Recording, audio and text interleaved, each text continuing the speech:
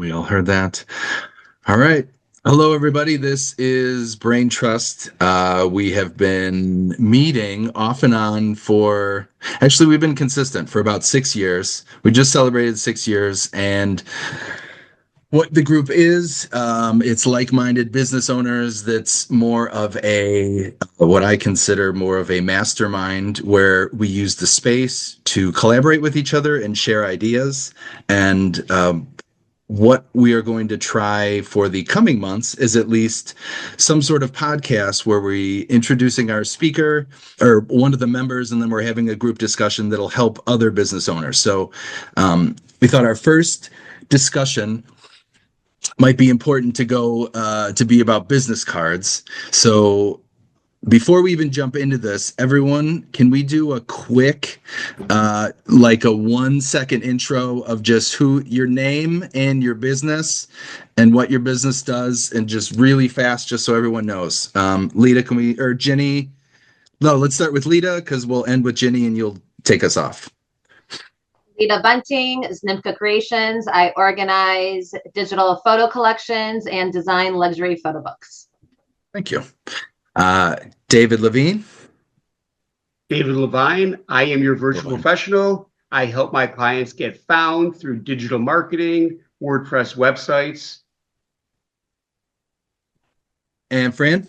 Fran Mizzi, real estate broker, Berkshire Hathaway, Illinois and Wisconsin, all over. Perfect. And then Jenny. Ginny Kanzioka, graphic designer and artist. And so we are the typical cast of characters. We typically have anywhere from 5 to who knows else that joins us. So they may be on some of these calls, but in case you recognize our voices, this is us, and we'll each be presenting on some topic relating to our expertise. So in this week, Jenny is a graphic designer and artist, and so we thought one of the most important things for a business, and this has a lot of debate, we got into it last time we met, which is why we thought this would be a very good intro. So Jenny, how about you take us away for the business card design? Okay. Well, I'm a facilitator at Northside Networking, so I see a lot of business cards because they're generally 80 to 100 people. But business cards are important because people will pay attention to them when they get them, especially if they're looking for your particular service. It's a good image builder for your business. It can be memorable to anyone who receives it. It can also be, if a well-designed business card can also be the style that you use for additional marketing materials or signage for yourself. People will remember your name more easily when they see it in print. They may not be able to pronounce it, like mine, but they will remember your name. And it provides your opportunities to connect, phone, email, and they can view your website. Salespeople who rep several manufacturers could include a QR code to a page on their website where they could see who they're repping.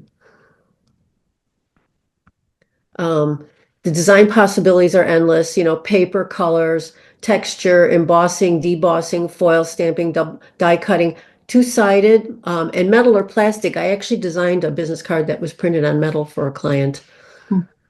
So, and then important considerations, legibility. That is really important because so much goes on a business card now. You have to have email, website, possibly a QR code, possibly social media. That's all important.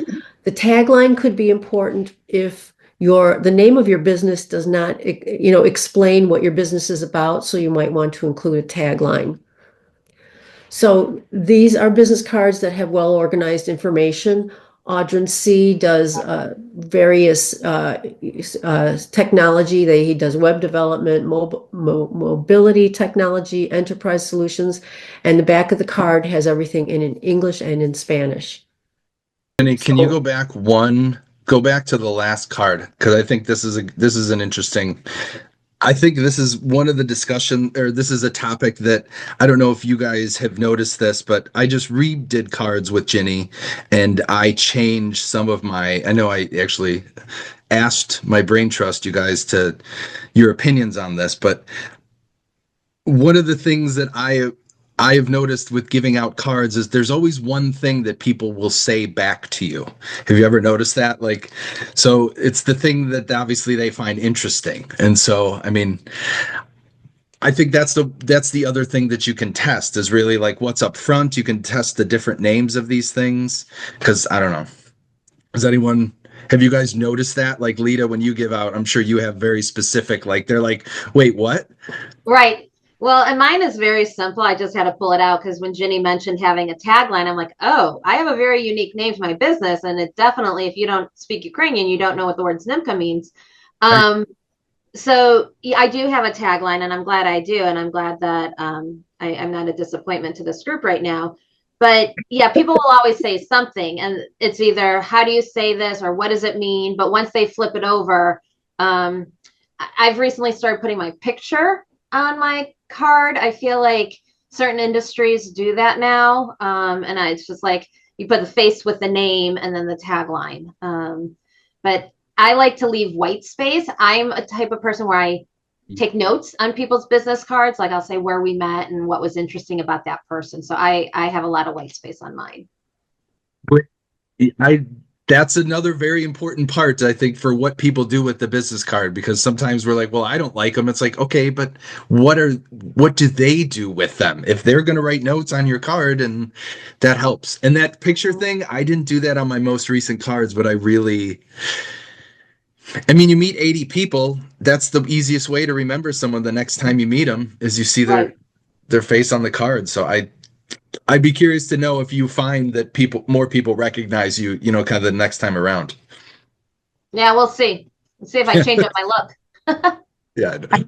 I'd rather have a face on a card like that than when they put it on your phone and you get a phone call from someone and their face is showing. That kind Oh of yeah, that that drives kind me of scares crazy too. So it's a Yeah. much better idea on the card, I think. Just a little corner somewhere. Go ahead, David. I agree.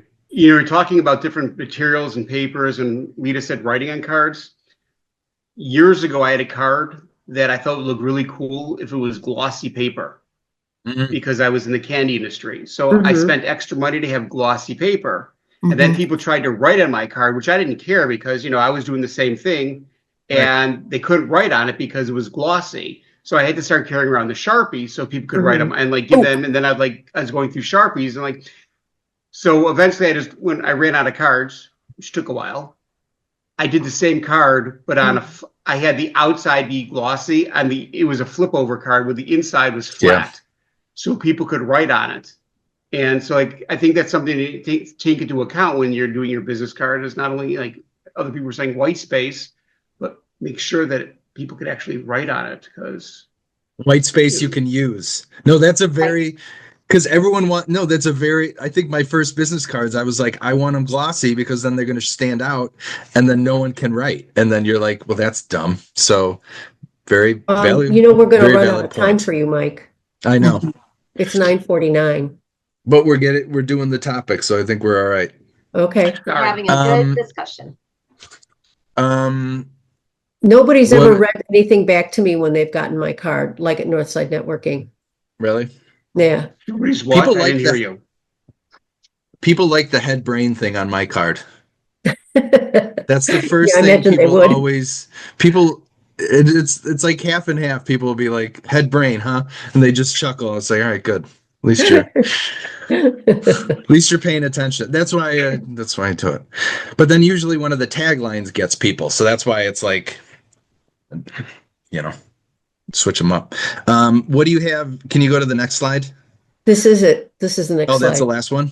No, this is the one after the one Yeah, you were can you just go to the looking at. next one? Okay. Next one. Hold on. There. That's yours. Oh, there we go. Lovely. That looks familiar. Lovely. Next one, please. Oh, wait, do you have is this mostly examples or is this, These are real cards. but like the remainder, is it all just real cards or are there like additional? Hold on. Okay, this was a problem-solving card for Museum Explorer because he wanted to be able to list everybody who worked for Museum Explorer on it. So we did a fold-over card. and we were able to list each person and give them a star in a different color so that people could know who was, working for Museum Explorer. Yeah. They have phone number and email address. Well, you know what? Here, so hold on. I think, oh yeah, do this last one and then I'm going to do the digital verse Okay. Well, print I real got a couple fast. other examples. Just, things not to do with your business card. Do not make it a weird shape because some people may have a book like this. You can't see it there, that you can put your business cards in. It's never going to fit. So it's either going to get folded. And personally, I don't like to ruin people's business cards if I like them. Odd shapes like this. This one in particular, this person was at my table at Northside Networking several months ago.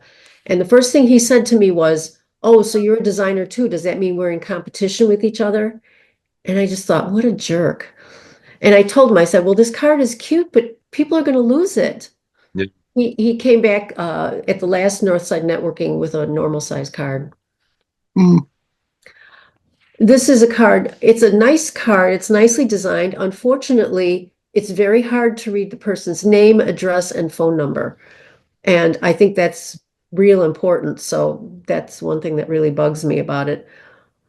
This one is a nice card, but can you tell me what the name of the business is? Inside Inside Chicago. Chicago. Yeah, Something about Chicago. You can it's tell. inside Chicago. She does tours.